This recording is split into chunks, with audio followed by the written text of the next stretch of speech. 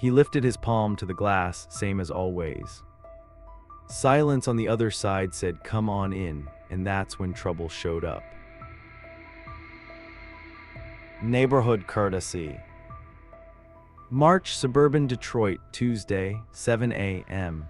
Snow sits in gray bands along the sidewalks like tape someone forgot to pull up.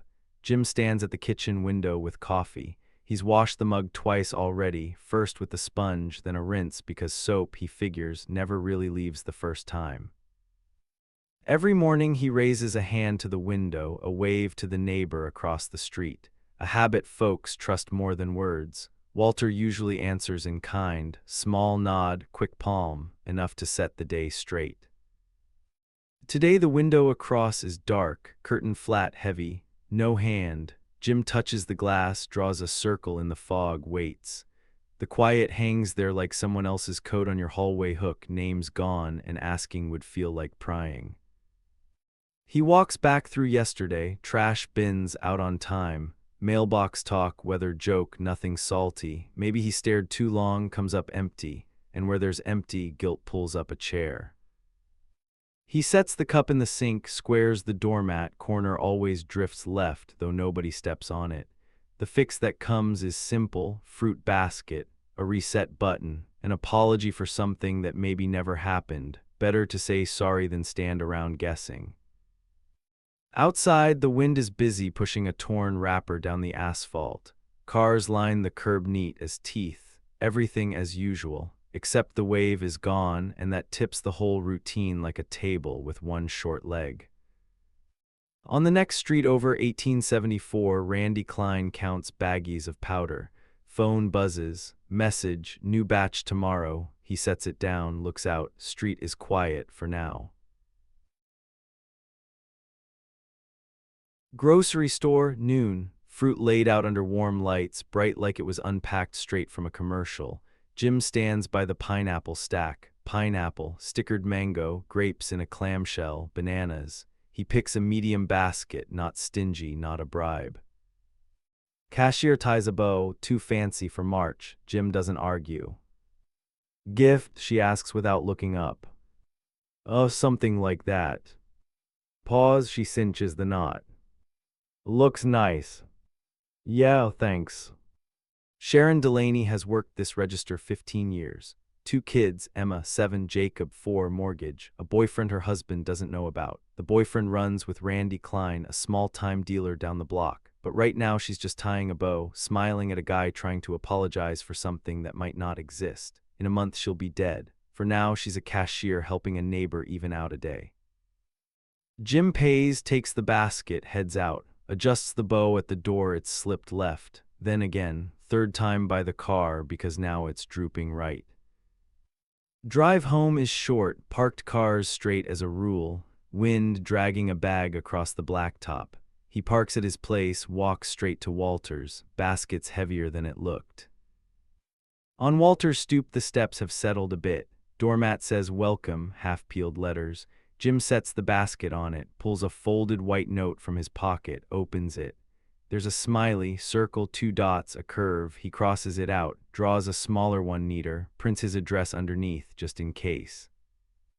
He tucks the note under the bow, hits the bell, and takes 2 steps back, neither 3 nor 1.5.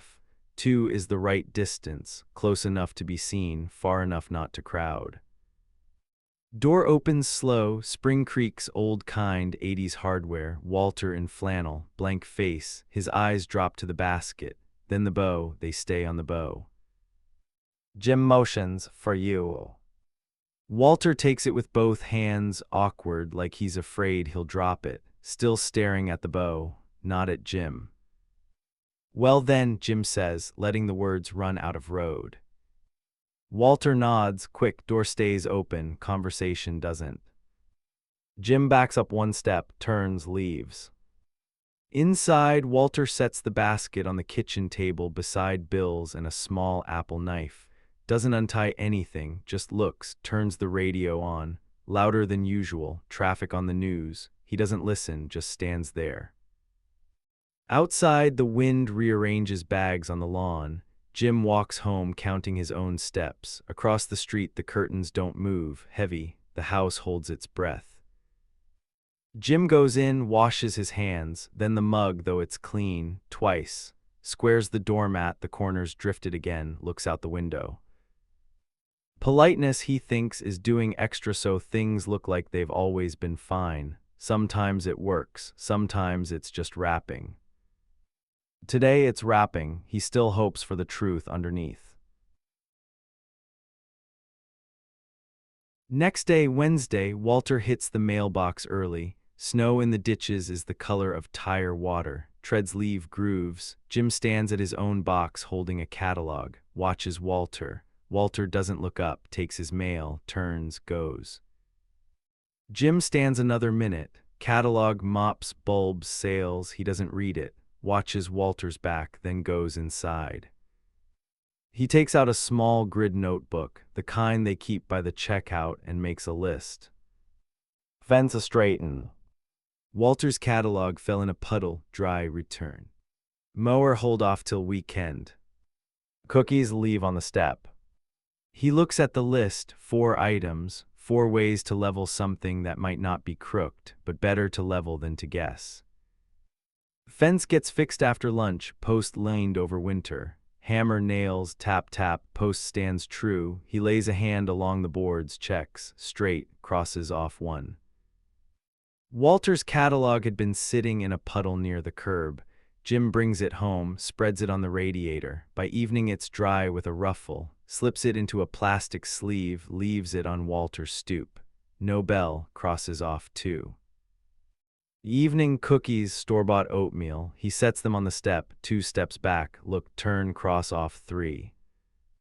He opens the notebook again, 3 crossed, 1 left, no relief, just the sense you could keep listing forever and nothing would move. Walter, meanwhile, takes the long way out of the subdivision, dumps his trash when the lot is empty. Radio louder. The news says a truck flipped on the interstate, oranges everywhere. He doesn't smile at coincidences. The basket still sits on the table. He looks at it every time he pours coffee. That night he picks an apple, bites, sweet, another bite. He sets it down, quarter left. He never eats the last bite. Old habit, no idea why, just feels right. The apple sits there. He looks at it like evidence, like it needs an explanation, and there isn't one. Thursday, grocery store. Jim pushes a cart past paper towels. Walter's there too, both freeze. Pause, plastic rustles in someone else's, hands an aisle over. Warm one, Jim says. Uh-huh, Walter says. Another pause, Jim nods. All right, thens. All right. They split, Jim pushes on. Walter grabs a pack of towels without checking the pattern. At the registers, they pick different lines.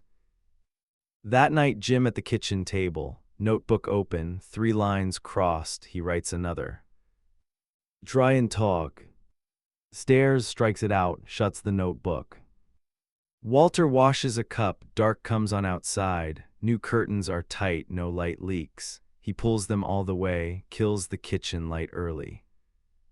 Shadow becomes the routine. Outside, the wind tests doorknobs. Each man goes to bed convinced he did his part not to make it worse. By morning, that feeling will harden into proof. Of what doesn't matter, there'll be something to show. Down the block, Randy gets a call. A familiar voice, shipments delayed, feds are moving. Randy looks out the window. Sedan at the corner, tinted. He doesn't know the sedan isn't watching him, not yet. Sunday, lunch at his sister's, pot roast in a heavy pan, potatoes, napkins with little fir trees. The nephew sits straight, tie cinched, even at a family table.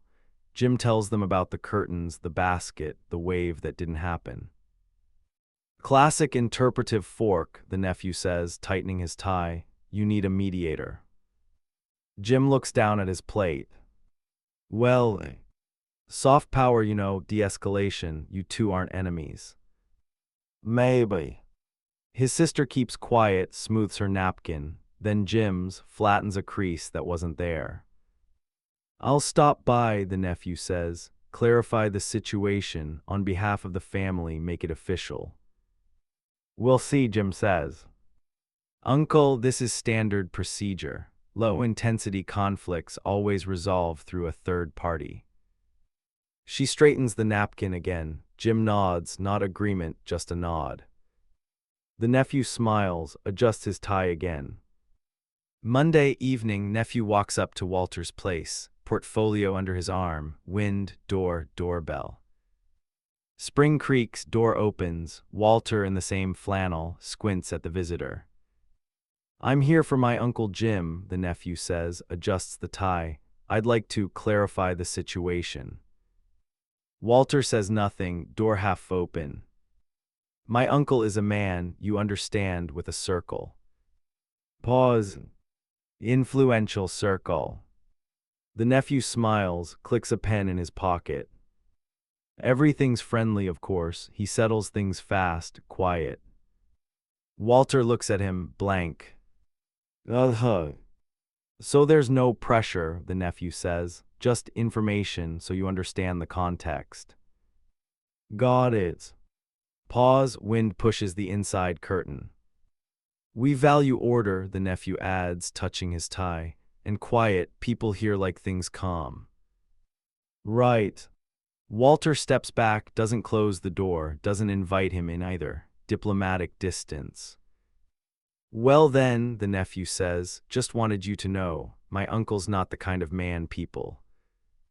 He doesn't finish, clicks the pen. Ignore. Long pause. Got it, Walter repeats. The nephew nods, smiles, turns. Have a good evening. Door shuts, not loud, firm. The nephew sits in his car, checks his notes. Address, 1874 Oak Street. Uncle said 1847 or 1874, he's not sure. He decides to check, just in case. Drives to the next street, 1874, same gray siding, same steps. Knocks. Door opens on a guy in a tank top, tattoos down the arms, Randy Klein. I'm here from Jim Collins, the nephew says, fixes his tie. Randy stares, tight. Don't know any Jim. My uncle, he wants to handle this neighbor thing, quietly. What thing? The nephew fidgets. Misunderstanding, but my uncle's a man with a circle, influential circle, settles things fast, no noise. Randy looks past him toward the corner, the sedan. Silent, then got it, thanks for the heads up. Door closes, doesn't slam, firm. The nephew stands on the stoop, something went wrong, he feels it, doesn't know what. Hey, leaves. Inside, Randy grabs his phone. We got a problem, some kid came by, says he's from an influential guy named Jim Collins, wants to handle something with a neighbor. I'm thinking the shipment, or Willie. Question on the other end. I don't know, but he mentioned circle and no noise. That's not neighbor talk, that's ours. More questions. Yeah, I'm ready, and hey, the kid had a tail, sedan on the corner. He hangs up, looks out, street's quiet, but it's a different quiet now. Back in the car, the nephew texts his uncle, contact made, constructive atmosphere. Send. Checks the address, 1847, he just hit 1874. Wrong house. Hands start to shake, he fires up the engine, leaves fast. Down the street at 1874, Randy cleans a handgun, methodical, calm, country on the radio, weather up next. Rain tomorrow. Tuesday, Walter's statement rides off on the back seat of a squad car. At the precinct, they flip pages without interest, until one word snags, influential. After that, it's just procedure. Wednesday, sedan on the corner. 7 a.m. tinted windows, engine idling. 2 p.m. sedan still there. 6 still there. Thursday, sedan shifts spots, now across from Jim's. Friday morning, Jim heads to his car with a gallon of milk, keys in hand, opens the door. A man in a gray jacket comes up from the side. James Collins. Jim turns, keys jingle. Yeah. Couple questions. Your nephew visit a neighbor recently. Pause. Jim looks at the milk, back to the man. Yeah, he wanted to help. Help with what? Just a mix-up, nothing big. The agent nods, pulls a notebook, jots something. What kind of mix-up? Jim worries the milk handle. We didn't wave through the window, so I figured basket, fruit. The agent looks at him, quiet, writes.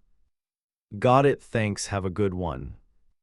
He turns and walks. Jim stands by the car, keys still in his hand. The milk grows heavier. He watches the sedan drift off, looks down. The carton warms under his palms, sweat, cardboard going soft. He gets in, doesn't start it, stares through the windshield. Outside looks the same, cars, sidewalks, the house across. Only now every little move, a raised hand, a trash can at the curb, feels like a line in somebody else's notebook. The sedan, two agents inside. Carl Hoffman and his partner Dave Miller. Dave naps. Carl studies his notes. Phone buzzes. Unknown number. He knows who it is. He glances at Dave. Soft snore. Carl steps out, walks 10 paces, answers. Yeah. That guy Jim Collins, 1847 Oak Street. He yours. Carl knows the voice. Randy Klein, one of the ones who pays him to look the other way. Who's this? You know, answer the question, he yours or not. Carl checks his notebook. Collins, James, 1847 Oak Street, surveillance off a neighbor complaint. We're checking him. For what? Can't say. Pause. Randy breathes. If he's yours, say so. If not, we'll handle it. He sent a kid. Threats. Carl freezes. Threats. Talked influential circle and no noise. That's not neighbor talk, that's our language. Glick. Carl stands there staring at Jim's house across the street. If Randy moves, this goes from neighbor to criminal, and criminal snakes back to him, to his side money, to his risk. He needs to shut it down, fast. Back in the car, Dave wakes, all good.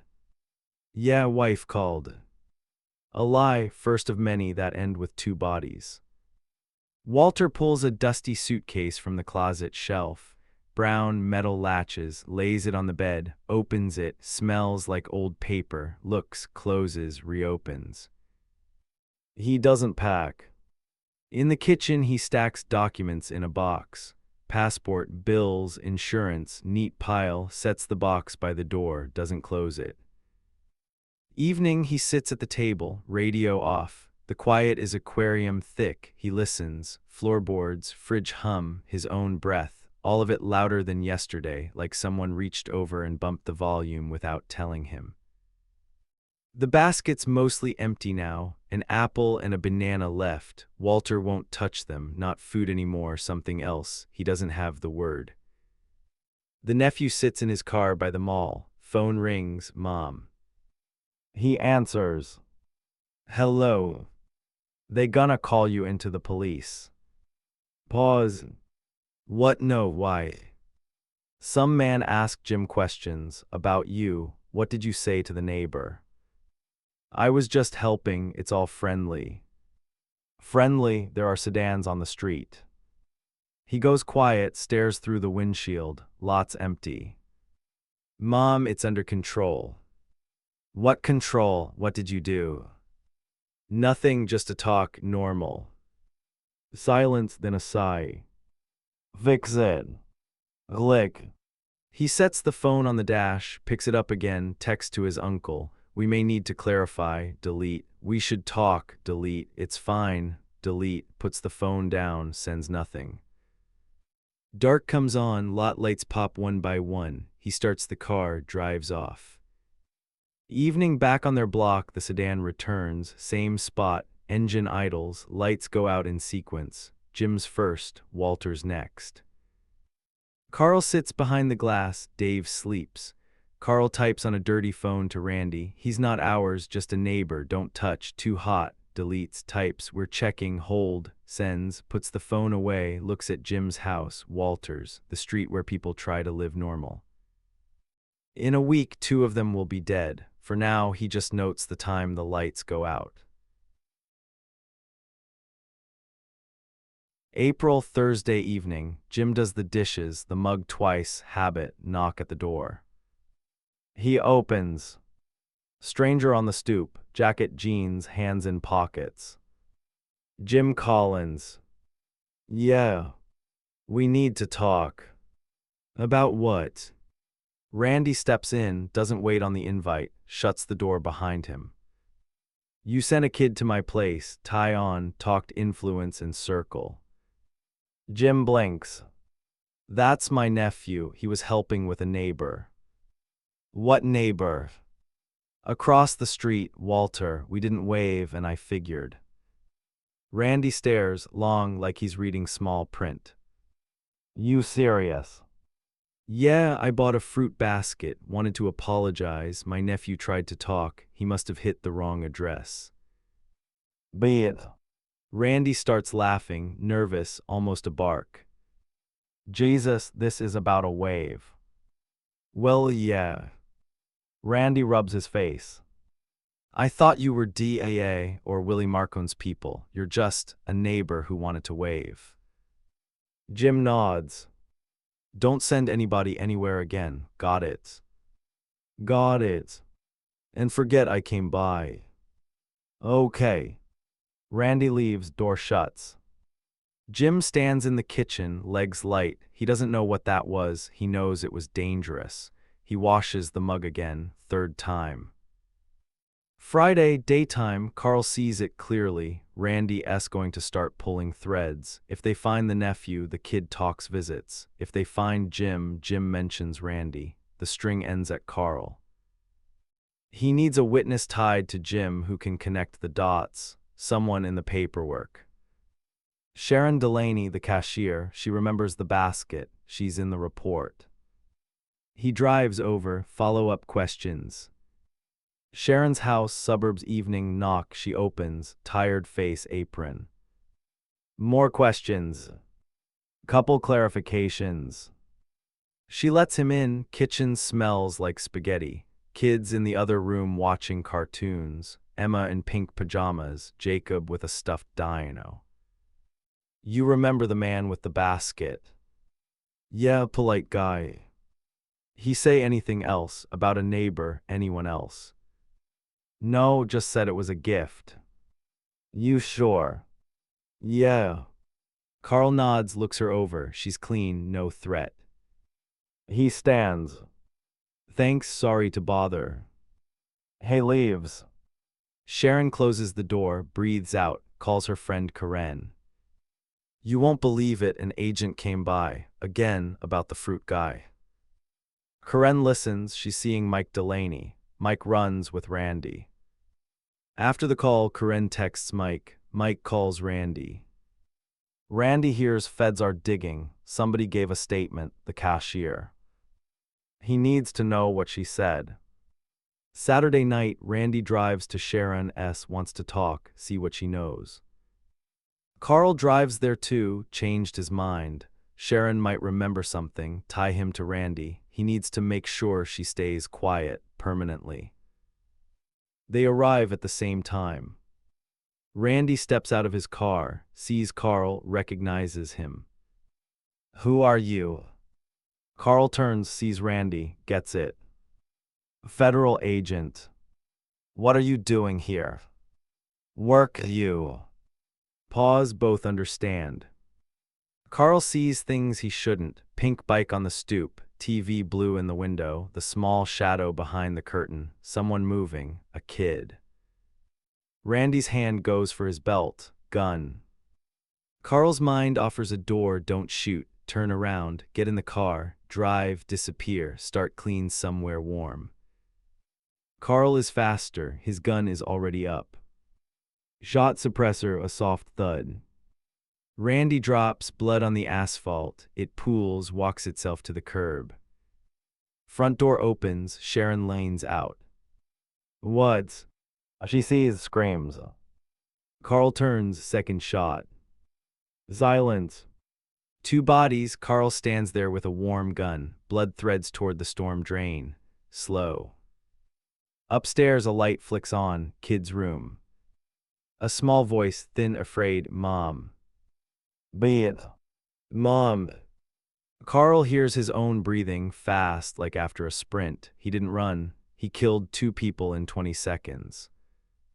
It's over, he thinks, not panic, a fact, career, life done. He gets in the car, door thumps. The sound cuts off the scream. Inside is quiet. Outside, someone keeps saying Mom over and over. He pulls away, slow, no headlights for 2 blocks, then on, home, washes his hands. Long, hot water, looks in the mirror, doesn't recognize the man looking back. He lies down, doesn't sleep. Morning hard knocks at his door, loud, insistent. They arrest him on the porch, bathrobe, neighbors at their windows.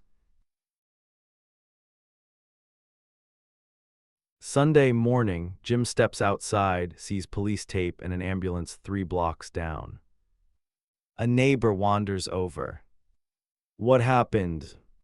They shot Sharon Delaney from the store and some guy, they're saying drugs. Jim goes pale. Sharon the cashier. Yeah, 2 kids left, Emma and Jacob, 7 and 4, grandma's taking them, awful. Jim goes inside, shuts the door, sits at the kitchen table, hands shaking. Washes the mug twice, then a 3rd time, 4th. Stops, looks at his hands, still shaking. Walter watches the news, Sharon's house on TV, yellow tape, reporter saying tragedy, narcotics, corrupt agent.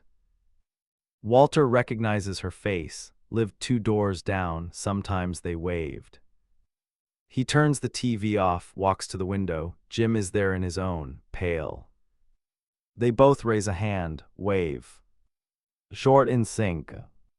They both understand something big, invisible, and deadly swept past and almost took them. Almost. The nephew sits at home, watches the news. Randy Klein's face on the screen, he recognizes it. That was the house, 1874.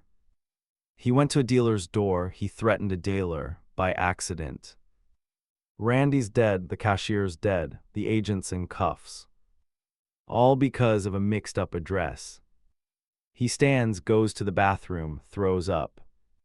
Then calls a therapist, urgent appointment. August, trial of Carl Hoffman, charges, double homicide, corruption, ties to drug traffic. Sentence, 25 years, no parole. Jim and Walter get called as witnesses. They sit in the hallway, wait. Hot, Jim says. Pause, the AC drones. That woman Sharon, she just tied a bow. Walter nods. And now she's dead, 2 kids without a mom. Pause. Those bananas were bad, by the way, Walter says. Brown by day 2. Jim looks at him. Seriously. Who gifts bananas like that? Silence, then Jim starts to laugh, quiet, out of place. Walter too, it's the wrong sound at the wrong time. A guard throws them a look. They stop, wipe their eyes. Sorry, Jim mutters. The guard looks away. Quiet. You did see me that week, Jim asks, at the start. Walter looks at the floor. I saw you. And didn't want to wave back. Why? Pause. Your dog crapped by my fence last year. You didn't pick it up. I waited. You never did. I got sore. Jim takes that in. And because of that. Well, at first sure, then I bought curtains, dry cleaner smell, it kind of drifted. Jim looks at the ceiling. Dog shit, he says softly, all of this over dog shit. And curtains. And curtains. They're called in, they stand, they go. Testimony, plain, honest, the basket, the curtains, the waves, the nephew and the wrong door. The judge listens, stone-faced. He doesn't understand how this is real, but the record is the record. They lead Carl away. He doesn't look at Jim or Walter, he looks at the floor. His life ended, two others ended first. A chain of misunderstandings did the rest. Evening, Jim and Walter step out of the courthouse. Sun dropping, hot, asphalt sticky. Lemonade, Jim says. Sure. They walk to a cart, buy some, drink. You know, Walter says, the curtains really are good, don't let light in. That's the main thing. They finish, toss the cups, split. Across town, the nephew sits in the therapist's office. Month 3, every week. The question is always the same. Do you understand it wasn't your fault? He nods every time he nods. But at night he sees 1874. The door, the ink on the man's arms, Randy's photo on TV, Sharon's face, Emma and Jacob in the paper, Grandma holding their hands on the church steps. He doesn't wear ties anymore, quit the job where he had to settle matters, got on at a warehouse, lifts boxes 8 hours a day, no words, no mediation, no interpretive forks. Evenings he comes home, washes his hands, long, hot water, eats alone, goes to bed early, stares at the ceiling till 3. Sometimes his mother calls. How are you? Fine. You should visit your uncle, he asks. Later. He doesn't go, doesn't call. In his phone, Uncle Jim is Uncle Jim anymore. He, James Collins, like a stranger. He knows 2 lives ended because of the wrong house number, his words, his help. The therapist says it's not your fault, you couldn't have known. But knowing isn't about what might have been, it's about what was. He lives with that every day, lifting boxes, washing hands, letting calls ring out. It's not redemption, just life after. The night of the verdict, he stands at his window, looks down at the street. Somewhere out there, his uncle goes home, raises a hand to his neighbor, same as always. The nephew drops the blind, kills the light. He won't be important again, he won't help again. The only decision that makes sense. Back home, Jim finds a letter in the mail, no return address. Inside, a photo. It's him by the trash can, hand raised on the lid but shot at an angle where it looks like a fist or a middle finger. Underneath, pencil, case closed, have a nice day. Jim studies the photo, folds it, slides it in the desk drawer with the batteries and old receipts, closes the drawer, washes the mug, twice, straightens the mat. Goes to the window, Walter stands in his, waves, Jim waves back. Everything like always, only now they both know the price. Somewhere in an archive sits a file. Collins, J/Walter, R/related to Hoffman case/closed. Thin as a legal pad, 2 names, 2 men who did nothing and still got caught in the gears. No one shreds it, it slides between the others, hundreds, thousands. It won't be opened until someone buys new curtains, and a dog leaves a mess, and a neighbor goes quiet, and a nephew gets an address wrong.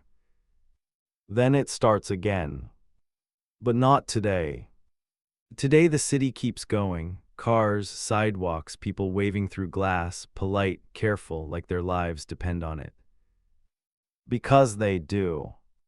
Sharon Delaney learned that last, Randy Klein too. Carl Hoffman learned it, but too late. And Jim and Walter, they wave every morning without thinking. Until one day they won't, and maybe it all starts over. Different file, different bodies.